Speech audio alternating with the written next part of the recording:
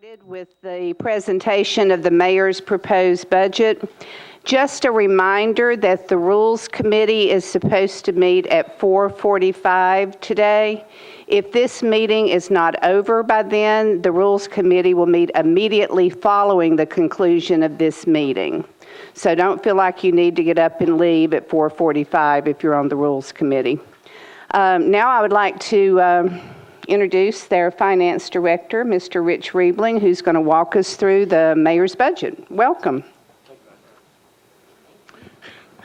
Thank you, Vice Mayor, Chairman McGuire, and members of the council. It's a pleasure to be with all of you again. This is the fifth time I've had the privilege to present the details of the proposed operating budget. And for many of you, it's your first one, I guess.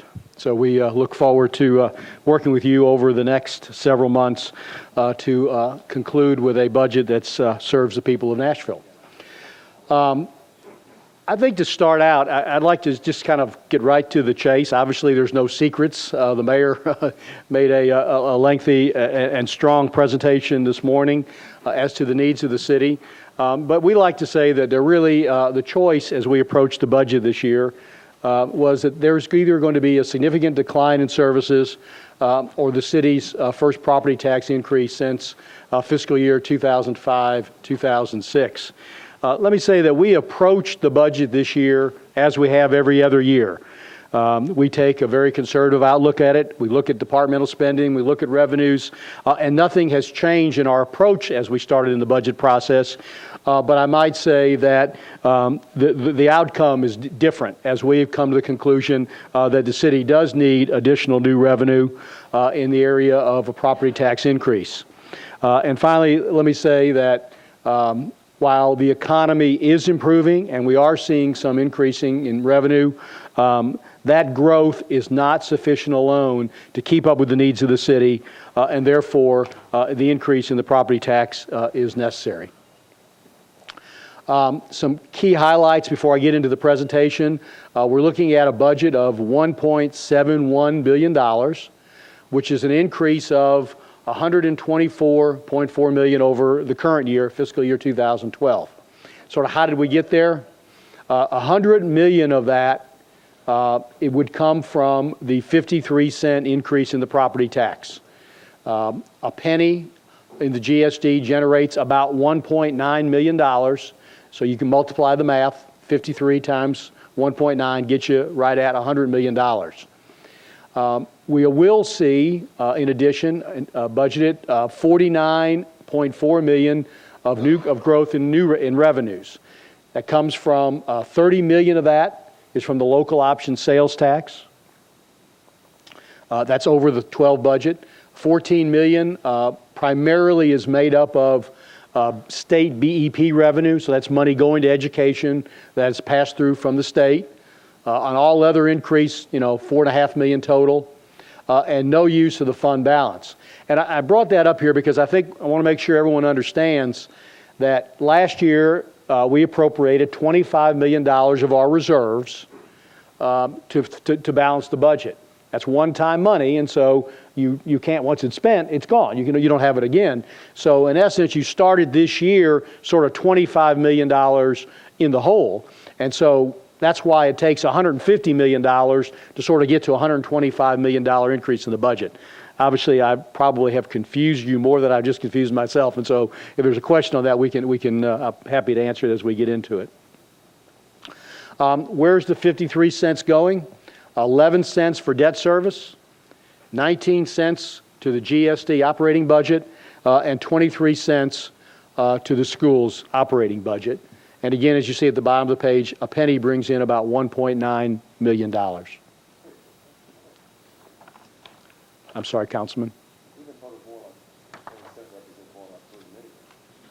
No, sir. No, sir. I feel the need, as I get into my presentation, and I guess the privilege of having the podium, is a little history as we go forward, before we get into the details of this budget. And I think these are important things to take into consideration when we look at where we are and where we're going. And on this slide, I used this at the budget kickoff back in January, and I think many of you, I sent a copy of that to all of you. But I think it's important to look at from the period of 05 to 08, which was the second Purcell administration term of office. Overall revenue grew about 20% during that period of time. Now, there was a property tax included in that number, but revenue grew about 20%. And you look at 09 through 12, which was this administration's first term of office, you saw a 2% growth in revenues. Obviously, the downturn in the economy is very much amplified and demonstrated by the lack of revenue over that period of time. Total budget growth, somewhat similar numbers and charts. You'll see, fairly significant growth from 05 to 08. Again, a lot of that fueled by a property tax increase that took effect in fiscal year 2006. And then you see in the period of 9 through 12, actually a decline in the operating budget for several of those years until we grew back last year to $1,585,000,000, which included the use of some transfers of monies out of debt service and a lot of growth of BEP revenues and the use of some fund balance to get there. Again, more for historical purposes, sort of property tax trends. I think it's important to look at, as you can see, our property tax has been essentially flat for a number of years. We're not seeing a lot of growth in property tax. The 1 year on the slide where you do see growth is the last year there was a property tax increase. That increase in fiscal year 6 generated about $99 million in new money, which is very much akin to the $100 million that we put under the mayor's proposal presented earlier today. Sales tax is an area just to spend a minute on. I think is really important to talk about because this is where we're seeing some good evidence that the local economy is on the uptick. That we're getting some new sales and some growth. As you can see, we had a peak of about $285 million in fiscal years 7 and 8, and we've been down considerably below that since that time. It's a 20 to almost 25 or almost $30 million decline back in fiscal year 2010. Now, here's the good news. In fiscal year 12, the current year, we budgeted $264 million of anticipated sales tax, about a 2% growth, and we anticipate that number actually being more above 6% for this year, which would be about $275 million. So again, we're seeing finally seeing some good growth in our sales tax numbers. And then again, to the sake of not boring you with any more history, the last slide is just to show you the general fund budget, which is the principal operating fund of the city, doesn't include schools. And as you can see, we've had minimal growth in the general fund from the period of 08 and 09 until the current time. So how have we made it? How have we been able to do this without a tax increase, new revenue, up until this time during some pretty bad economic times? First of all, we've done it by, I think, being good stewards of the tax dollars. We've looked at each department, and over that 4-year period, we've reduced departmental spending by some $59 million.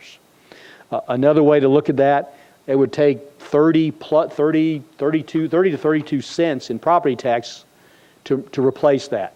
So we've been able to avoid that by reducing departmental budgets by that number. We've continued to look for ways to be more efficient in our operating of the government, reducing travel, internal service fees, things of that nature, consolidating areas, again, to try to make the government responsive and efficient. And then finally, for those who were in the council in the prior term, in 2010, we did undertake a significant restructuring of our debt, which created savings which we were able to use in our operating budget over the last several years. A little bit on the debt restructuring. For those who weren't here, a little background.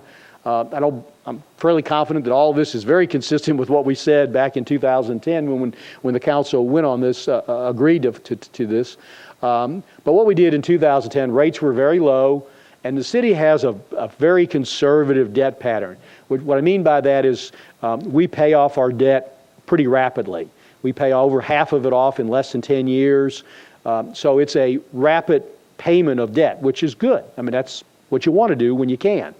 And so because of our very conservative debt nature, we were able to take advantage of rates, restructured our debt, which in essence reduced our debt service for fiscal years 11, 12, and even into the one we're proposing for, fiscal year 13, by some $130 million, which then made that, by reducing our debt service, we had that money available to be used in our operational budget. And that's what we did, is shifted monies from debt service to operation to get through this period of time. The net effect of all this is we had a slight increase in our overall debt cost, and that our actual debt service requirements will go up between 2014 and 2020. And if you go back to where I talked about where some of the tax monies, new tax dollars would go to, I think it's, I forget the number now, 11 cents, 13 cents is going to debt service to meet those requirements. Talk a little bit about the current year. Good news is revenues, well, not the good news, but revenues are pretty flat on property taxes. Good that it's not declining, as you're seeing in a lot of jurisdictions. We already talked about this, the increase in sales tax. That's the real positive in local economic news. Again, we budgeted 2%. We're going to be up probably 6.5% for the fiscal year, and all other revenues are flat, which means the vast majority of departments, in fact, almost all departments, will be able to function this year without a supplemental budget. They're going to finish within their budget, which is good. There's three areas that we're going to come to the council with resolution in the next few weeks that it's going to need some additional money. Save the first for last. Farmers market first. Operating losses. Revenues were higher than anticipated. So we think we're going to need about a $66,000 appropriation, supplemental appropriation from our reserves to finish the farmers market out with a balanced budget. And then we're going to ask the council for a $200,000 appropriation in the code's demolition budget. And that's all for one purpose. And that is to pay for the cost of tearing down the abandoned property on 24th Avenue. Frank Harrison, you know this better than I. This is an eyesore. It's a blight on the community. It's a blight to the city. It's right next to our North Nashville police precinct. It needs to come down, and with your support, we'll appropriate that $200,000 to the Codes Department for that purpose. And then finally, the big number on this page is Injured on Duty Fund. And we will be asking for an appropriation of up to $3 million to go to that fund to reduce the deficit in that fund. We currently have a deficit of approximately $7.5 million in our Injury on Duty Fund. I'll talk about it, the whole injury on duty issue, when I get back into the benefit section, but that $3 million would be used to pay down a portion of the deficit. And essentially, it's a message to the accounting staff that over a 3-year period, we would hope to eliminate the deficit completely. But we would, up to $3 million would be the appropriation. Again, looking at this fiscal year, really nothing has changed on our budget philosophy. We're going to operate within our means, continue to find ways to reduce government costs without directing service areas. In this budget, not every department, but most departments will receive some modest reduction, ranging from 0 to 4%, with an overall reduction in departmental spending this year of about $3 million. So we cut $3 million from departmental spending. Now, I'm going to get into a series of improvements we're going to propose in some departments, but before making the improvements, we did cut departmental spending in the proposed budget by some $3 million. One last thing is to talk a little bit about our fund balances, our reserves. As you know, this is one of from a financial management perspective, one of the most important things for a government is to have ample reserves. Nashville has an outstanding bond rating, a AA1 Moody's, AA Standard & Poor's. And one of the issues that's critical to maintain that bond rating is the maintenance of strong fund balances. I'm happy to say that these are conservative estimates are where we're going to finish this fiscal year. I'd like to think they might be higher than that, but at this point in time, we think those are good numbers to use. I would point out that despite all this, we've also been able to grow our operating reserves over the last 4 years. In 2008, the GSD operating and the USD operating reserves were in the $33 million range, and we anticipate that being up to about $53 million at the close of this fiscal year. All of these funds are over 5%, which is sort of the minimum level we need to be at. Schools is the closest, but obviously that's where the greater needs have been over the past few years. So we think a good message that, again, managed well, reduced cost of government, maintained our reserves, kept the city's overall fiscal position solid and solvent going forward. Looking towards the next fiscal year, as I said earlier, obviously the economy is improving a little bit, especially we see some sales tax growth, very minimal increases in other revenues. We continue to have rising benefit cost, and at the same time, I think we all believe strongly that we have a commitment to our employees and that we need to invest in our employees in the form of a pay increase. We've reduced spending about $3 million. We're going to recommend improvements in a number of areas that we think are important for this city to go forward. Obviously, the mayor states much more eloquently than I can the importance of education and the progress we're making. And that ultimately, to do this without a tax increase would require wholesale significant cuts. And we're not talking about tweaking departments. I mean, we're talking about closing libraries, closing parks, laying off policemen, laying off firemen. That's really the consequence of not going forward at this time with the proposed property tax increase. The choice, once again, I think, as I just said, they're real. The consequences are real and significant. It's not, again, it's not dancing around the edge of things. It's hitting it head on with parks and libraries and the gamut being impacted. It could take as much as a 20% reduction in many departments in order to get there. And you couldn't do that without going into schools and public safety. So instead of talking about improving those areas, we'd be talking about reducing those areas. And closing facilities and laying off employees. And again, as the mayor said this morning, not a choice that he's ready to recommend, and instead would recommend and propose that the council go forward with the tax increase. Getting to the details of the property tax increase, it's about a 12.83% increase. Which works out since it's been 6 years since we've done it, or 7 years actually since the tax increase, a little less than 2% a year. The median tax bill, as shown by the Greater Nashville Association of Realtors, $145,400 value, equates to about $16 a month, $192 per year. One area the mayor alluded to or mentioned this morning was that we are proposing as part of this budget an extension of our tax relief program for our elderly, disabled, and disabled veterans who meet the income criteria. Mr. Cardwell, the trustee, I see is here, and he could tell us a lot of information about this. But essentially what we're proposing is to doubling the state match. If you participate in the program, the state provides relief based on the first $60,250 of assessed value of the property, which, if the tax increase went into effect, is about $291.25. And what we've proposed is to double that on the local level to make the first $873.75 of property tax would not be paid by those 60,450 people who meet those criteria.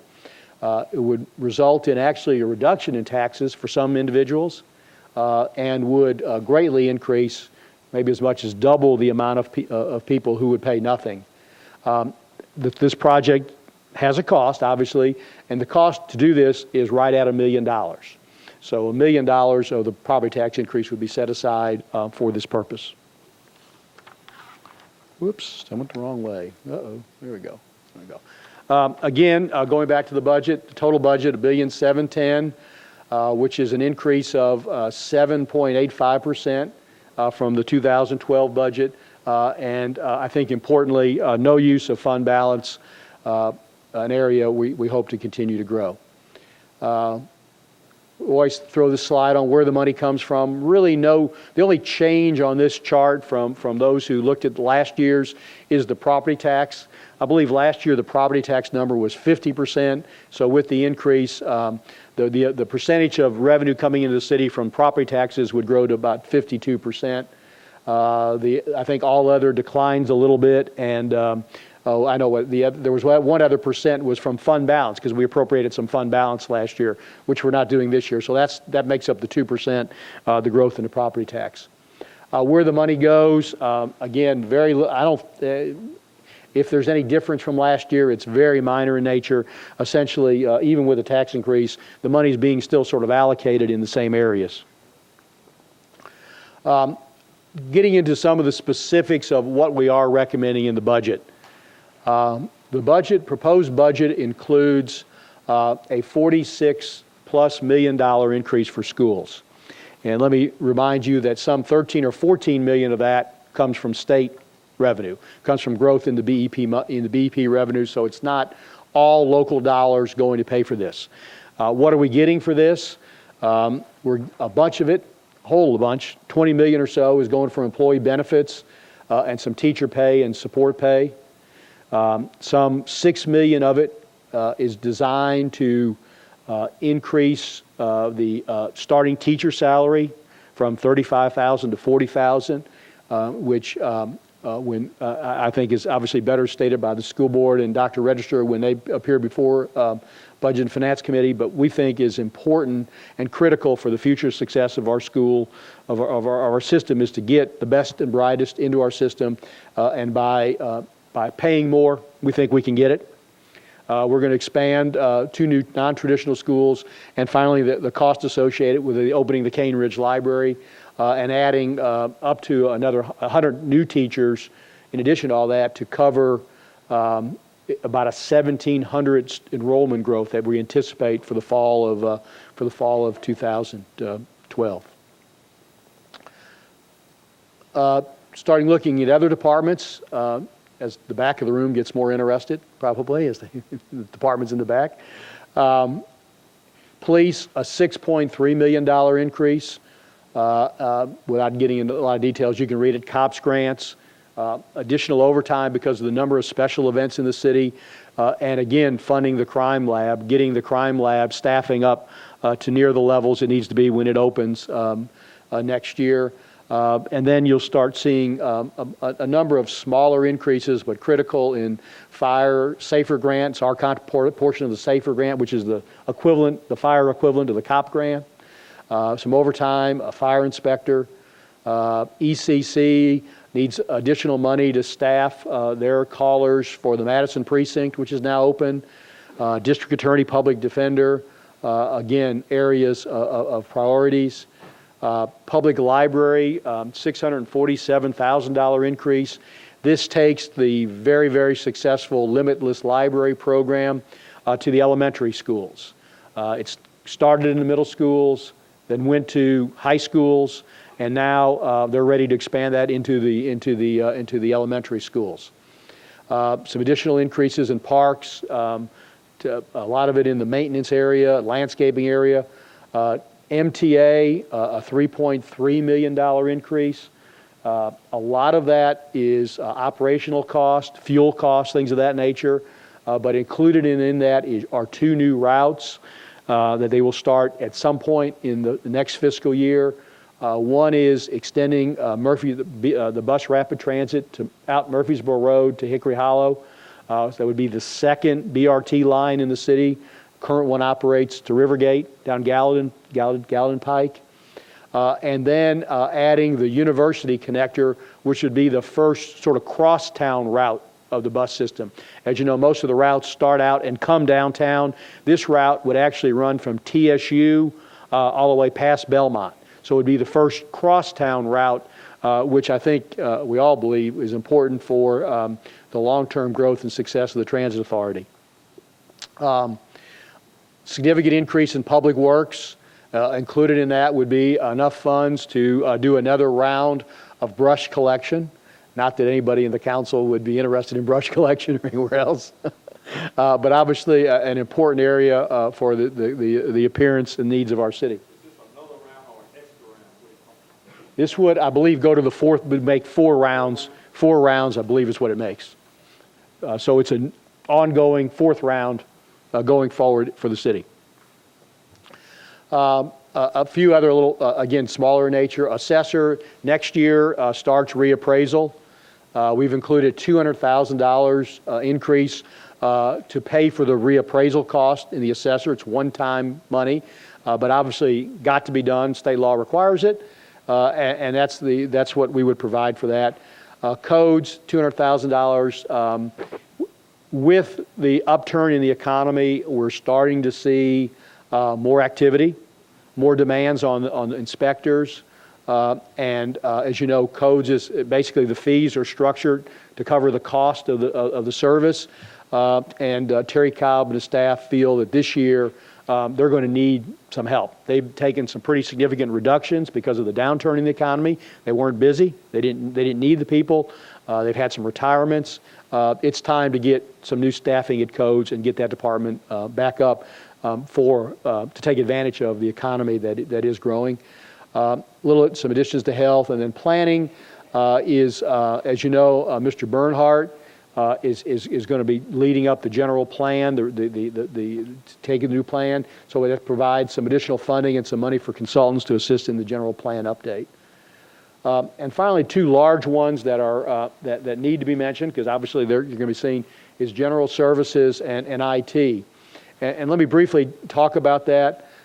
General services is about a $3.2 million increase, and it's really not it's not an increase in personnel or manpower.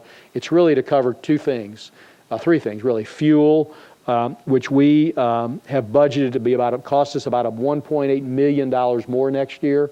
Obviously, all of us know fuel costs are higher. We do hedge a good portion of our fuel to protect us against prices. But just for example, our hedging prices on our fuel for next year for gasoline, this year we're at $2.11. Next year it goes to $2.55, so 44-cent increase, and diesel goes up about 50 cents over the current $2.30 level. So we have hedges in place for next year, but they're at higher rates than we are for the current year. So that is built into the budget, about a little under $2 million increase in fuel prices. Just as a plug, the hedging program continues. We will do it again next year. We're covered for next year. We have been very fortunate in that we've been able to really avoid or get back almost $7 million over the 3 years that we've had our fuel hedging program in place. And then finally, it's replacing some one-time reserves in the general services, internal service funds. As you know, a good portion of general services budget and IT's budget are done through what's called internal service fees, which means that the costs are allocated among the various departments. Those departments, the IT and general service, developed large fund balances, surpluses, which we used a portion of last year to fund the budget. Obviously, one-time money, we can't use it again, it's gone. And so that's a significant portion of the general service and IT budget increase outside the fuel and utilities we already talked about. And then on the IT side, there are some contractual obligations to Microsoft and the various other software vendors that have annual increases. The beauty of the software business is once they have you, and you're sort of at the mercy of their increases going forward. So that those are large increases for next year. But again, no new services, no new functions, just being able to keep the service levels at the current level. And finally, two other not outside agencies, but sort of enterprise agencies that I wanted to mention that their subsidy. We are significantly increasing the subsidy for farmers market for next year. Again, a lot of that is based on revenues not being anywhere close to where they were projected. And so, the whole farmers market is going through a sort of a transition period with Mr. Pham retiring. And where we go with that market, it's going to take some work. So we think that a subsidy of that level would be required to balance that function next fiscal year. And then finally, for the first time, we would propose that there be a $200,000 appropriation from the general fund for the state fair operations. We believe that by the close of this fiscal year, they will have exhausted all of their reserves, and that they will need at least a $200,000 operating subsidy to make it through fiscal year 13.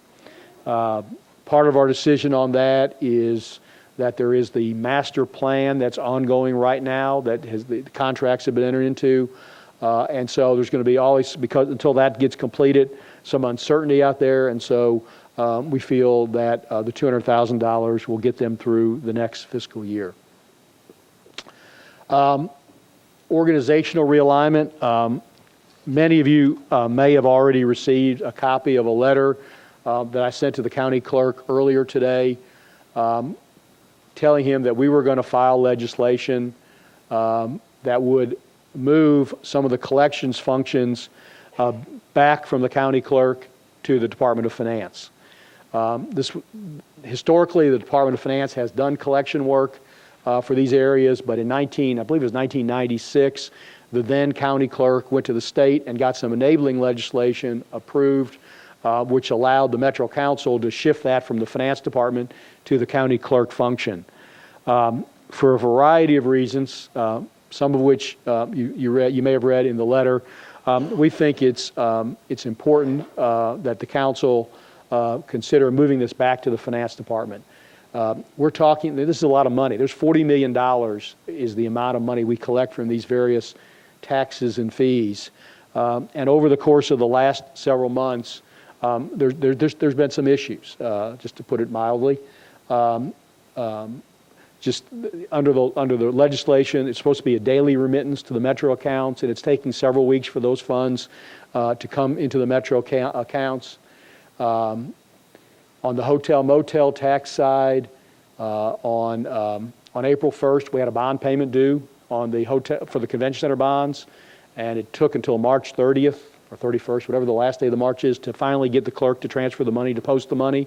I mean, we weren't going to go into default. We would have covered it, but it created a lot of consternation and issues to the extent that we think it's time to move them back to finance, where they will get ample treatment. I might also add that in 2 audit reports, there has been the recommendation that a monitoring system be put into place to compliance, to make sure that we were collecting what we're supposed to be collecting and that people were participating. That hasn't been done. My staff met with the internal auditor, and in a short period of time, they've worked out a system where the internal auditor can start that process on an ongoing basis. So it just seemed time to move it, and I would urge you, when the legislation gets filed, to adopt it so that we can move this back to collections July 1st. Finally, well, not finally, I'll go on some more. But clearly, there is the need to invest in our employees and our retirees. As you see up here, there's about a $30 million cost in the budget associated, new dollars associated with employees, all of which the benefits and the pay recommendation. The pay recommendation has a $15 million cost associated with it. You see, probably a good time for me to talk about the IOD situation, injury on duty. This number is escalating at a pace outside of everything else, any other benefit cost. We're going to budget in the general fund $6.5 million more above this year's number. Takes that number up to $26, $27, $28 million in annual medical cost from injury on duty. Now, this is not something we can solve overnight, but we've asked the legal department, the legal director, and the HR director to meet with all the departments and start working, figuring out ways that we can bring these numbers down. Some of it's going to be by increased safety operations within the departments, and then we're going to look at all other available items. But, frankly, I guess what I would say is that, people get hurt on duty and they need to be taken care of. So I'm not saying we shouldn't do that, but we've got to work on ways to lower those costs. And if you look at those numbers, I mean, it's impacting the money we have available for other things. And so it's something, it's not going to be solved tomorrow, but it is a critical problem for this government.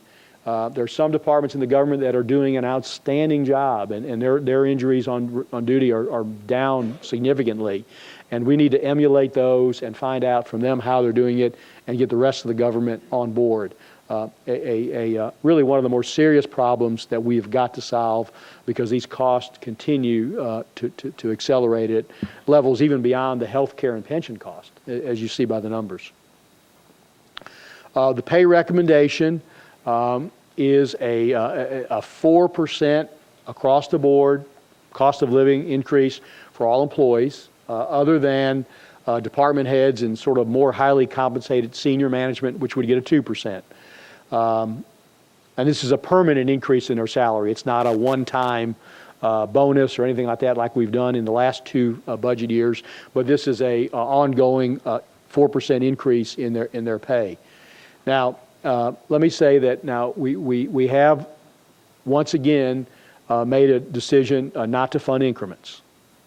And I know that is not perhaps the most popular decision with employees, all employees, but the choices were pretty stark. You could fund increments and fund increases for some employees, but not get increases to all the employees. And we felt, and still feel pretty strongly, that the best thing to do would be across-the-board increases for employees. We met with a number of the representatives of the employee groups. I think that, I don't want to speak for them, I'll let them speak for themselves, but I think they understand our position, and I think that they are appreciative of the 4% increase. The cost to do increments alone is like $9 million, and that only less than half the employees would get the benefit of that. And so to provide any kind of significant increase for employees across the board, it was felt that that was the right course to take. Again, obviously one of the most important things we've got to talk about are all the employee benefit costs. As you can see on the slide, the number, just the benefits have gone up almost $40 million in total over the last 4 years. And some of these numbers are going to keep going up just because we have an older workforce. People on pension are living longer, just the facts. And so some of these obligations are going to continue to grow. But we do, and I would urge you, when it comes to you, adopt some of the recommendations of the Study and Formulating Committee. I believe the Employee Benefit Board today voted to create a subcommittee to sort of take them up, to recommend those. And I'd like to think that we can agree on most, if not all of those with employees. Again, they're not designed to penalize employees, but designed to make it a more balanced system so that long-term career Metro employees receive the most of the benefits and short-term employees don't receive the same comparable benefits. It doesn't seem fair to have a 5-year employee get the same health care benefits as a 30-year employee or a 25-year employee. And so those are the kinds of adjustments that we've recommended to the Study and Formulating Committee. They voted for them, recommended them out, reports out. I hope many of you have had a chance to see it. And I think that legislation will be coming here not as part of the budget, but over the course of the summer once the Employee Benefit Board has a chance to look at it. But I think it's critical that we start working together to sort of hold the line on these costs to where we can, recognizing at the same time that it is essential that we provide a strong system of benefits for our employees. Legislation that will be filed, the first three will be filed today: the budget ordinance, tax levy ordinance, and the Urban Council resolution. The supplemental resolution, which appropriates money for this year's for the funds over balance, and the rest of that will all be filed on Friday, other than the pay plan resolutions, which have to go to Civil Service Commission before we file them with the council, and those will be taken up at the Civil Service Commission hopefully next week. And then briefly, before concluding and opening for questions, just want to give you a few insights into the capital spending plan, which will track along with this budget. We are finalizing it. It'll be filed sometime within the next 2 weeks. But we're looking at about a $300 million capital spending plan. Generally speaking, $200 million for the general government, $100 million for schools. The focus of this plan, you heard the mayor talk earlier today about the schools. Without dwelling on those, it'll be one of the largest one-time capital expenditure for school projects. Build Bellevue Library, much long delayed, much needed. Mass transit, and the rest of the money, the bulk of it, will be in really just general infrastructure, sidewalks, roads. We all have heard about the poor, the less quality of our roads. That's where you're going to see the bulk of that money go. It'll be filed on or about the same time as the capital improvement budget ordinance, about May 15th, perhaps as late as May 18th.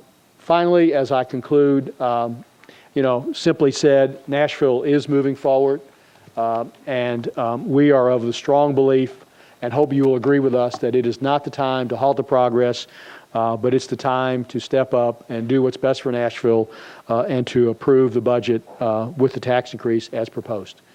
With that, Vice Mayor, Councilman McGuire, thank you, and happy to entertain questions or whatever. Well, thank you. We have a couple in the queue. Councilmember Maynard. Thank you, Vice Mayor. Thank you, Councilman McGuire, as chair of our Finance Committee, Budget and Finance Committee. First of all, I want to say that I was very impressed with the speech given by our mayor, and think that the budget is a great starting point. I think it's reflective of not only the vision, but it's also a political statement that shares that the fastest growing area down in Southeast Davidson County is going to get investment as well as other needed investments in our community. I love the fact that we're going forward and not moving backward, and I appreciate the leadership, not only the mayor, but also of you, Finance Director. That being said, do have a couple of questions. Let me start off, of course, by making I thought you were done there for a second. I was just going to say Vice Mayor, but I knew you expected more. I was going to just say thank you. I was only hoping. Right, I understand. And we'll pass the hat afterwards. Yeah, I understand. My first statement is that I believe that one of the things we can do to reduce the IOD costs is to utilize General Hospital more.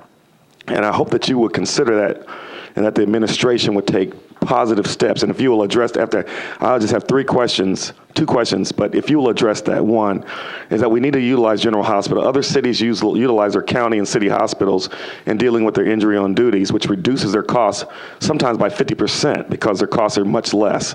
Hope you will consider that. Second, you said that there were $3 million worth of cuts. Where are those cuts? And third, we have some consultants that are still out there, and if you will, Rich, take some time to talk about it. I know that we've got with the taxis and the library and all that, and then you got the hospital authority. You've also got some other consultants out there. Will that impact, once they come up with their recommendations, do you see that impacting the budget for this budget that you're presenting? If not, why? If so, how do you see that happening? Thank you. Thank you, Vice Mayor. Thank you, Councilman McGuire. First, as relates to the IOD costs of General Hospital, I think that clearly is one option that needs to be looked at very carefully. The General has a good, strong outpatient clinic system right now, and shifting, moving people injured to that facility serves two purposes. I think it'd be a lower cost because it's a lower cost provider, and obviously we get the revenue to General Hospital, which helps us all since we subsidize it so heavily. So I think as part of any recommendations, that needs to be looked at very strongly, and I'm sure it will be going forward. The $3 million in cuts are really spread out incrementally all across almost every department of government. They range from a low of none for some of the really small departments that we didn't think it was prudent to take any cuts to up to as much as 4%, I believe, is the most in any one department would get. So it's we can obviously, as we get into the budget books, you'll see that in more detail, but it's literally spread out in every department. That it averaged about 0.5% among the departments. And then as it relates to the consultants, were you speaking specifically of just the taxi and licensing one, or the general hospital one? Or Well, you have multiples, Right. and if you could just, Right. as you get those, I'm sure that Right. one will come in before the other. Like the taxis, we're expecting to come in soon. That may have a limited impact on the budget, but the hospital authority consultant may have a more significant. Right. And I just want to, not talking specifically, but if you will talk generally, how will that impact us moving forward in this budget? I see the hospital authority. I don't know what the consultants are going to say, Right. but I wonder how that's going to impact. Or are you going to tell me we won't implement any of the recommendations until the next fiscal budget? I think generally, as it relates to the work going on at the hospitals, and I'm a few weeks behind in terms of where they are and everything, anything there would be longer term in nature. And so, I mean, there may be some action required by the council during the next fiscal year, excuse me, but I don't think it would have significant budget implications until subsequent years.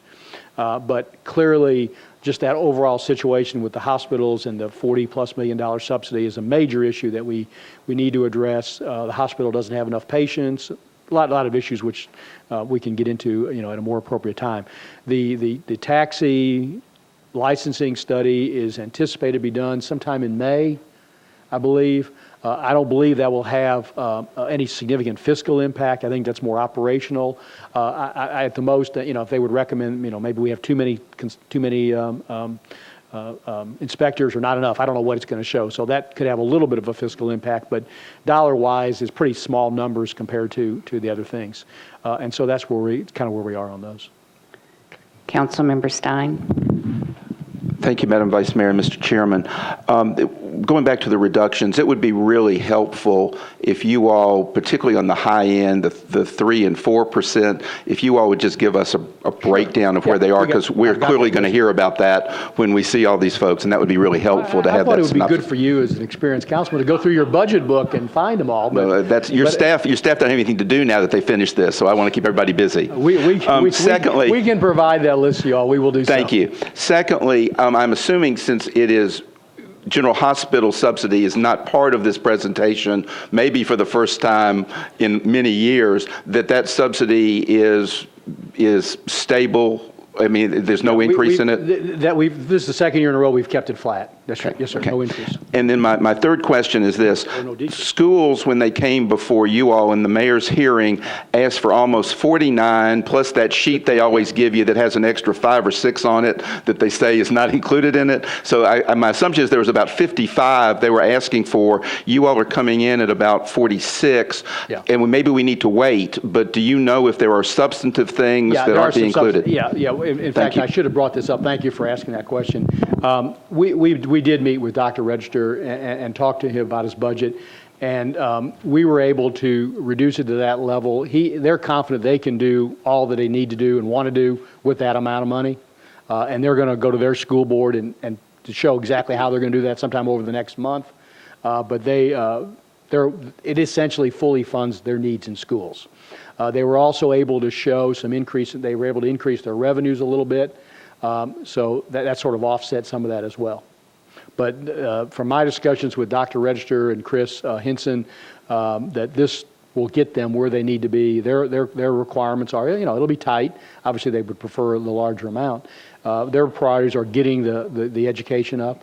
The number, they put 100 new teachers in, and that number's a little bit in the air because it may end up being a little less they need and all that. So there are ways in which they're going to go back and be able to adjust their budget to the level that we recommended. Councilmember Gilmore. Thank you. Mr. Reedman, I wanted to know if you could explain for where the 53 cents go. We have 19 cents to the GSD operating, but the USD operating is not included. Right. The needs of the USD are pretty limited in that it's fire protection and garbage pickup, and so they didn't need any additional monies. And so the needs are really in the GSD functions, which are schools primarily, and some debt service. And so the increase is all on the GSD rate. Okay, thank you. And then the second piece, could you explain why we have $63,000 in loss for the farmers market, and then we're giving them a subsidy of $315,000? Well, there's a subsidy in this year's budget. I can't remember the exact amount. So this $66,000 is in addition to this year's subsidy. So the total is somebody. I don't know if somebody in the back room can help me with that. Anybody know? Nobody's volunteering to help me out on that one. So the subsidy next year is going up, but there was already about $150,000 subsidy, I'm guessing that number, in this year's budget, so that takes it to like $250 for this year. And we're concerned that next year may be a little worse. Councilmember, I'm sorry. Have we? Is there a report on why those losses are occurring? Primarily it's less revenue than what they anticipated. I mean, it's not on the expenditure side so much as it is on the revenue side. They had as it turns out, some fairly optimistic revenue forecasts that have not materialized. Thank you. Councilmember Perdue. Rich, my question kind of piggybacks what Ronnie asked you on the school's budget. They're asking for 49, plus the little sheet that may have 5 or 6 more on it. For clarification, will you tell us, you've got another $100 million for schools in the capital budget? Yes, sir. Is that $100 million separate from the? Yes, sir. That's a separate number. As the capital dollars are separate from the operating dollars. You'll have, when you look at the budget carefully, you'll see there's schools operating budget, and then there's schools capital debt service budget. And the $100 million would come out of the school's debt service funding.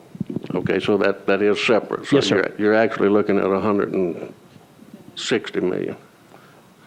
There will be, although 100 of that is capital, which is not all being paid for at one time, because ultimately we would issue bonds for that and pay that out over a 20-year period. Right. Or longer. Thank you. Yeah. Councilmember Moore. Thank you. Great report, Mr. Evelyn. I just have a quick question. Question on page 12.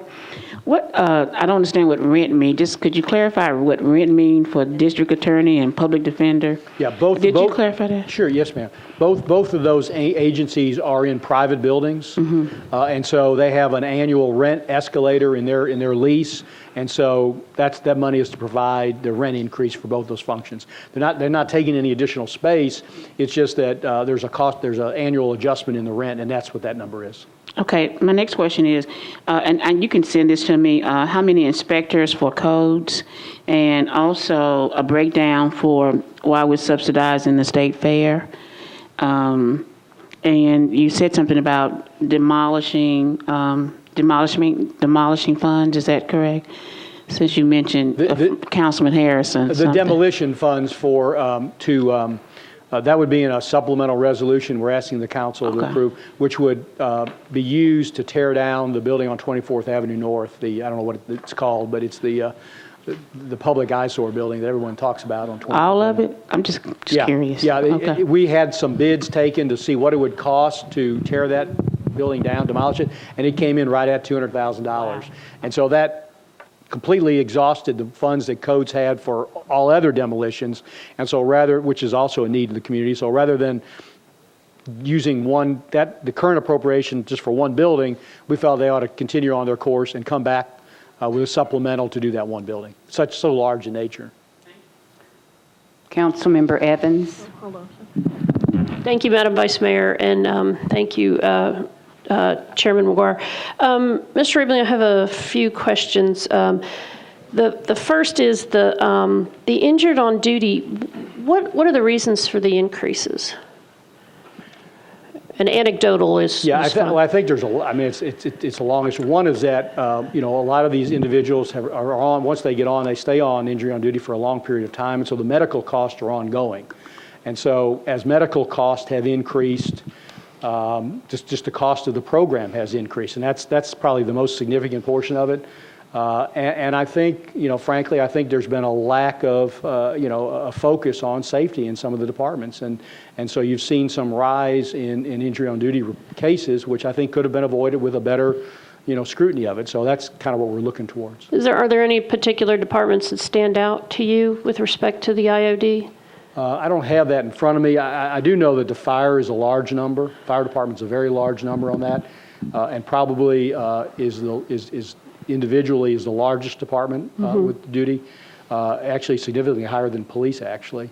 And part of that is also, as you may recall, under state law, there's both firefighters and police officers have a presumption if they receive have cancer. Police is just heart related, I believe, but fire, if they have cancer related illness or heart related illness, then there's a presumption that it was an on-duty injury, and you can't, the only way to rebut the presumption is if, some other reason. So that's part of the reasons why the costs of there have been so high. Okay. On the hospital authority, you said the subsidy was flat. I guess last year at least, and maybe the last couple of years, they've been the beneficiary of about $7.5 million federal pass-through. Do you expect that to happen again this year? Yeah, it's actually closer to $14 or $15 million. And yes, we do. The hospital authority strongly believes they're going to get that money again this year, but probably this is probably 2013 was probably the last year that's going to be available. Okay. And then on the pay plan amendment that you're going to present to the Civil Service Commission, that is a pay plan amendment, correct? And that is a 4% across the board, no step, no increment, just the amendment will be a 4% across the board. Yeah, it's designed based on pay grades, but essentially it's almost every pay grade gets 4%. Okay, and that will be effective for how? July 1st. July 1st till when? Well, it's until it's changed again. Okay, Yeah. so, all right, great. So it's not a one-time, next year they get the 4% again. It's built into their base. Okay, that's what I was. As you recall, the bonuses we did were one-time money and weren't reoccurring. This is not reoccurring. This is built into the base. Okay, that's what I was asking. Okay. Thanks. Councilmember Langster. Thank you, Vice Mayor and Chairman McGuire. Mr. Rebelin, the new Lintel Center that's being built in the 21st District, it is contained in the operating budget that we will be. No, ma'am. It's my understanding is that will not be ready next fiscal year. That it will probably not be open until sometime in either late 2013 or early 2014. And so any issues, costs associated with that will be dealt with in next year's budget. Although we don't anticipate there being a lot of costs because simply they're moving functions from the existing building to the new building.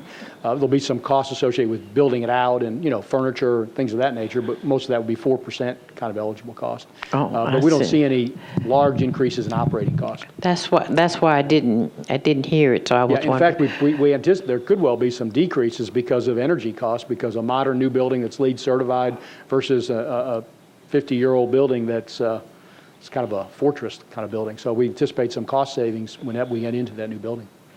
Thank you. And the 28 31st Avenue connector, the progress has really been amazing. It looks like it's going to come in ahead of schedule and hopefully under budget. Now, if it does come in under budget, does that money still stay In your district? in the 21st District? Yes, sir. So it's amazing how I anticipated Yes, that question, sir. wasn't it? I just sometimes I just amazed by it. You know my thinking pattern. Yes, sir. I'll have to get back to you on that issue. I don't know the answer to that question. Yes, there are sir. a lot of needs across the community, as you know, Council Yes, Lady. sir. Now, the next question on Nashville General Hospital. I know the state had some problems with it. You're saying that their budget is flat. Are we not putting any money into their budget, or are we putting the same amount as last year? Same amount. There's a subsidy of $43 million. $43 million. So they're doing better. Can I safely say that? Yes. Thank you. In some ways. Thank you, sir. Thank you for reading my mind. Councilmember Bedney. Mr. Rowling. So I'm on the southeast. Many of our roads are outdated, unsafe, and I'm curious to know, there's a line item here, sidewalks and improvements to street and roads. How much is going to be involved? I mean, how much money is going to be allocated for that, and what is that as a percentage of the need for Nashville? Councilman, that's the number that I don't have for you yet. That'll be in more detail when we do finalize the capital spending plan. Kind of structurally how this works is the capital projects are a separate budget from the operating budget, and prior to us being able to spend money on capital projects, we have to file a bond resolution with the council and authorizing us to start spending money on those projects, and that's the package that we will finalize sometime in mid-May and bring to you, and that'll include how much money is going to be spent on greenways, how much is going to be spent on roads, parks, things of that nature. And so I don't have the number yet. It's a kind of a work in progress, but we recognize, the condition of the roads. I mean, it's been through funding issues, terrible winters, a flood, that the roads have deteriorated at a level. And so I think you will see a significant increase in funding that goes into roads to try to rectify that situation. Thank you. Councilmember Mitchell.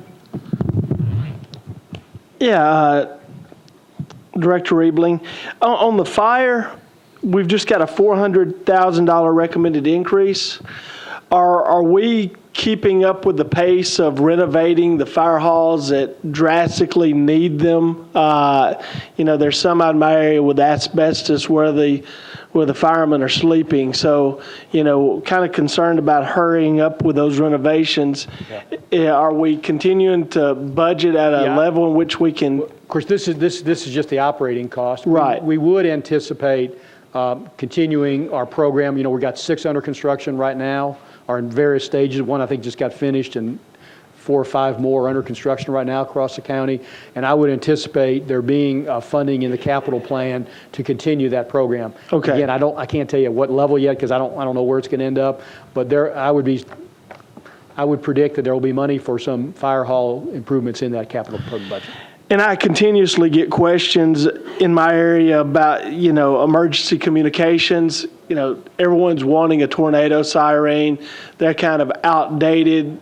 I know the emergency communications folks were trying to come up with a new system. Right. Are we anywhere closer to that? I think the short answer is I think there will be some funding to either improve or a new system in the capital plan that comes to you. And then last question, are we continuing the subsidy of the $400,000 to the chamber in this current budget? $300,000. Well, Alignment Nashville is also part of the chamber as well. I'm not sure that's right, but okay. There's $100,000 no change in the operating proposal. We have recommended those numbers stay at the same level they were in the current year. All right. So no improvements, no decrease, same numbers. All right, thank you. Councilmember Claiborne. Thank you, ma'am. I really don't have a question, just a couple of remarks. First of all, I want to thank you and the mayor for addressing the needs of the employees as far as their salaries and their contribution to our being able to get through the last 4 years without having had a pay increase. That's a positive. As far as the capital spending plan, the emphasis on sidewalks and streets, and also thank you for the additional money to put that brush pickup back in. As a district council member, this is a great plan, and you have detailed very well where all of these monies go and where the benefits are. But to the average person out there on the street or avenue in the district, they don't see this or understand it. And the thing that they look at is, when is my brush getting picked up? When's the street getting fixed here? When's the sidewalk going to be put in to the school that's down the street, or that kind of thing? And so those are the things that we as district council members have to explain to folks when we talk about a potential tax increase and where they're going to get the benefit of that. So I just want to thank you for including those things in there. And then if you need a sponsor for the legislation about the clerk, I'd be glad to volunteer. Thank you. Councilmember Hunt. Mr. McGuire, I think gets the right. He's the chairman of Budget and Finance, so you'll have to work that out with him. Thank you, Madam President. I got a comment and a question. Just for a point of information, the old 24th Avenue building in Frank's district is the old Memorial Bible Company. I couldn't ever think of that. And it was owned by Sam and Valerie Marks years ago. The other question I got for you is when will we see the list of the capital improvements? Probably no later than May 18th, but hopefully on the 15th of May. So 2 weeks away, roughly. All right, thank you. Councilmember Duvall. Thank you, Madam Chairman, and Rich, thank you so much for the presentation. Excellent job. I have a question. I want to delve back into the 53 cents, and it says GSD, General Services District. So are we saying that the only area of Davidson County we're going to take a property tax increase on is the General Services District? Yes, sir. The entire increase would go to the GSD rate. Yes, sir. And what about the Urban Service District? Going to leave it alone? I'm sorry. I misunderstood. Yeah, the GSD is county-wide, so everyone in the county pays the GSD rate. Okay. And only people within the Urban Services District pay the additional Urban Services tax. I so the appreciate 53 cents is going, everybody's paying it. All right, thank Every you. taxpayer in the county pays the money. I'm sorry. I was confused. I appreciate that. And also, I'll be happy to co-sponsor the clerk's bill with you. Thank you. Councilmember Banks. Get past first reading tonight. Thanks, Vice Mayor, Chairman McGuire, Director Riebling. Good presentation. Really excited, encouraged by what you're doing with public employees, especially our teachers. So thank you all for thinking that through. Do have a quick question about the extended tax relief program. Yes, sir. I'm assuming that $873 number applies to those that are only currently enrolled. Is that right? Or who would become eligible at some point. Yes, okay, sir. so it does include people that are currently or could potentially be eligible down the road? Yes, sir. All right. Is there going to be any kind of outreach to performed by the trustee's office to try to reach out to those folks? Well, I asked Mr. Cardwell if he was free to come tonight, if he was available. It's probably better directed to Mr. Cardwell, but I think speaking for him, he does a pretty good job of reaching out to the community. Obviously. So I would think that his office would try to advertise this to the extent possible. And without speaking for him, I think that's something knowing him as a public servant, I've known him for a long time. I tried to get him to switch jobs with me today, so let him come up here and do this. He's done it before, but he wouldn't do it. I think that's clearly something that they will market heavily as he nods his head in the back of the room. Right. So we'll get the word out. All right, good deal. Thanks. Just one announcement before we adjourn. Next Tuesday at 4 o'clock, we will have a special meeting that several of the council members have asked for. We're going to walk through the budget book, what information is in there, so we will help you drill down to the information that you need. Part of the meeting will be on council meeting procedures, different procedures that are in place during the budget hearings, and just want to get a good overview of that before we launch into it. Councilmember McGuire, did you have some announcements? Thank you, Vice Mayor. I feel like I'm doing a John Cooper impression up here. Take my glasses off. Just wanted to thank Finance Director Riebling and members of the administration for all their efforts in putting this presentation together and the budget together. And congratulations to the mayor on a great speech today. I thought he set out the vision very well. Just wanted to encourage all members, or encourage all new members to attend the budget book workshop if you are able to. I think that'd be very useful for you. I believe we'll receive the budget books around May 10th, is that correct? So we'll have a week before our first Budget and Finance Committee hearing, which will be on May 17th. We'll have a week to work through the budget books. I would encourage all members to come to those budget hearings, not just members of the Budget and Finance Committee.